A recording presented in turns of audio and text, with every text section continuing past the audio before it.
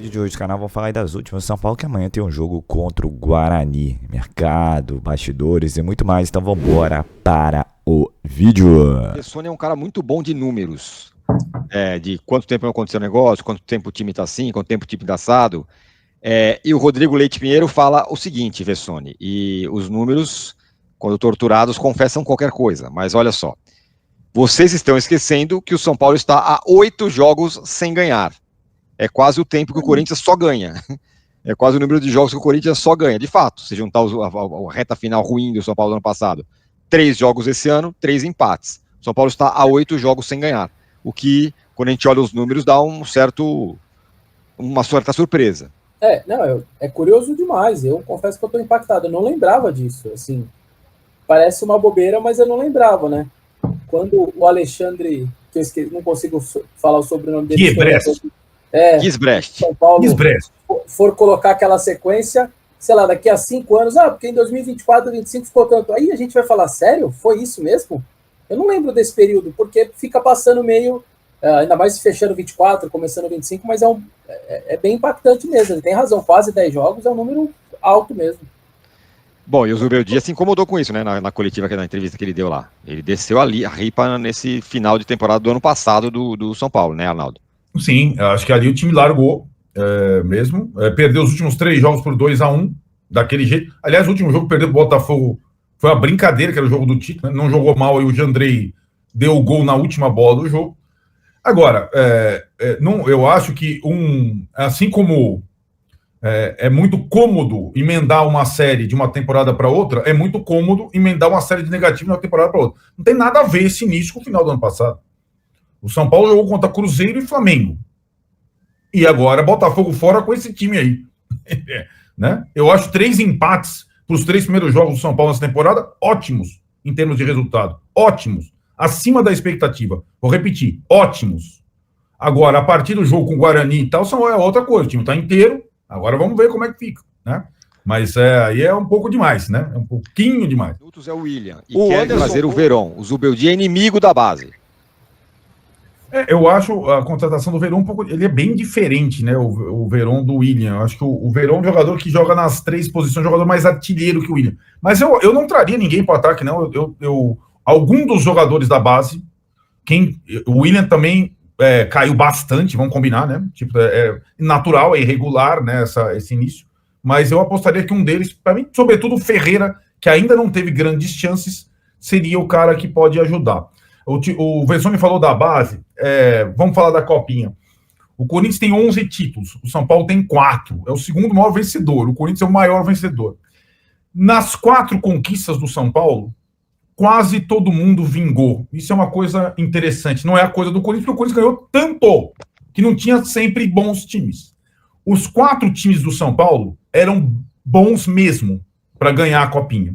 É uma coisa, remete, Tironi, à década de 80, ou lá, 90, quando o Corinthians conseguia ganhar campeonatos profissional mesmo sem ter times bons. Na década de 90. Conta alguns de 93 para quem é mais jovem, alguns daquele time lá.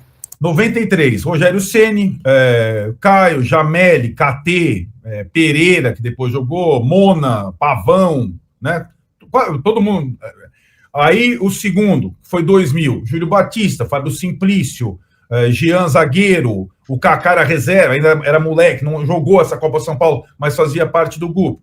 Depois, 2010, Casemiro, Lucas, vai ver, Casemiro, Lucas e tal. Aí o último dá até para escalar. Eu acho que quase todo mundo é o jogador. Os 2 zagueiros foram jogar na Europa direto, o Tuta na Alemanha e o Morato em Portugal. O Wellington, lateral esquerdo, estava no São Paulo até outro dia. Meio de campo era Diego Costa, esse mesmo que foi vendido há pouco, Nestor e Sara, que machucou no início e ficou fora da parte final. Aí tinha o Antony no ataque. Então, tipo assim, quase todo mundo subiu, vingou, foi para lá. Então, e esse time, e acho que são o que eu estou tentando explicar é o seguinte, o Corinthians está acostumado a ganhar a Copinha, o São Paulo não está acostumado a ganhar a Copinha.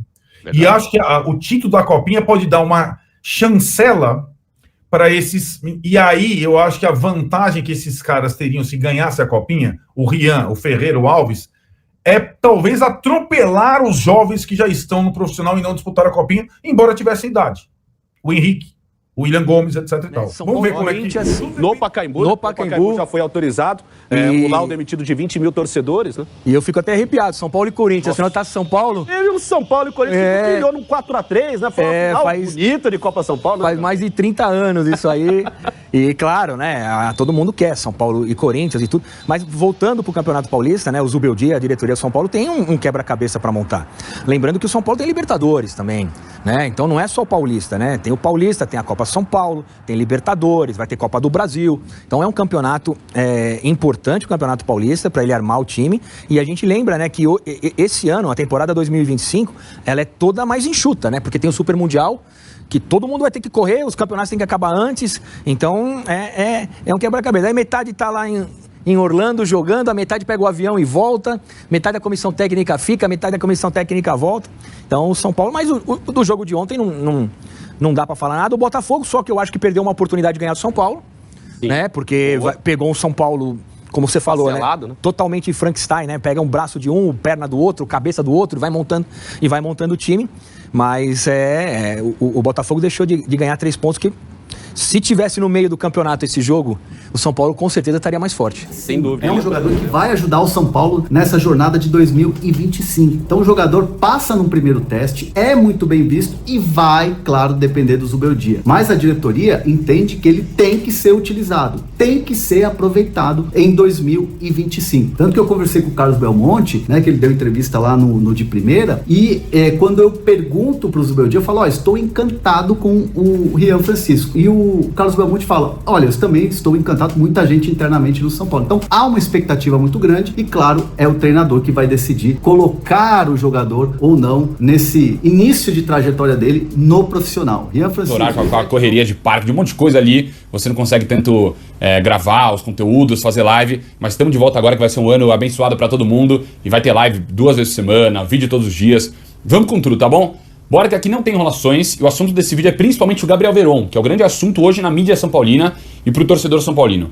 Quem é o Gabriel Veron? É um jovem de 22 anos, você, torcedor são paulino, torcedor de algum clube do Brasil, vai lembrar dele, porque ele surgiu no Palmeiras com uma grande promessa, tem um título de Libertadores, se eu não me engano, não me lembro agora se estava no segundo, mas se eu não me engano não. Mas, enfim, é um jogador que surgiu no Palmeiras, tentou pelo Palmeiras, foi vendido pro Porto, no Porto não teve tanto espaço, voltou por empréstimo aqui pro Cruzeiro, na última temporada, e agora retorna pro Porto, que já deixou meio claro de que não vai contar com o atleta para a próxima temporada e busca alguma forma de negociar o jogador. Um dos clubes interessados, e o São Paulo está numa relação próxima, apesar de um pouco turbulenta com o Porto, é o São Paulo. Ele foi oferecido para o São Paulo, que viu com bons olhos uma oportunidade de mercado. Por quê? O São Paulo pensa que um jovem de 22 anos, livre, vindo a custo salarial, né, dividindo salário, não sei ao certo como vai ser, até vou apurar essa informação para trazer, seria interessante e é um jogador que agradou nesse sentido o tricolor. Qual é o ponto principal dessa história? O São Paulo está numa negociação bem complicada com o Porto, né, de um tempo já, porque o São Paulo quer a liberação do Wendel e ainda bate o pé em relação a essa liberação. O São Paulo quer o Wendel agora.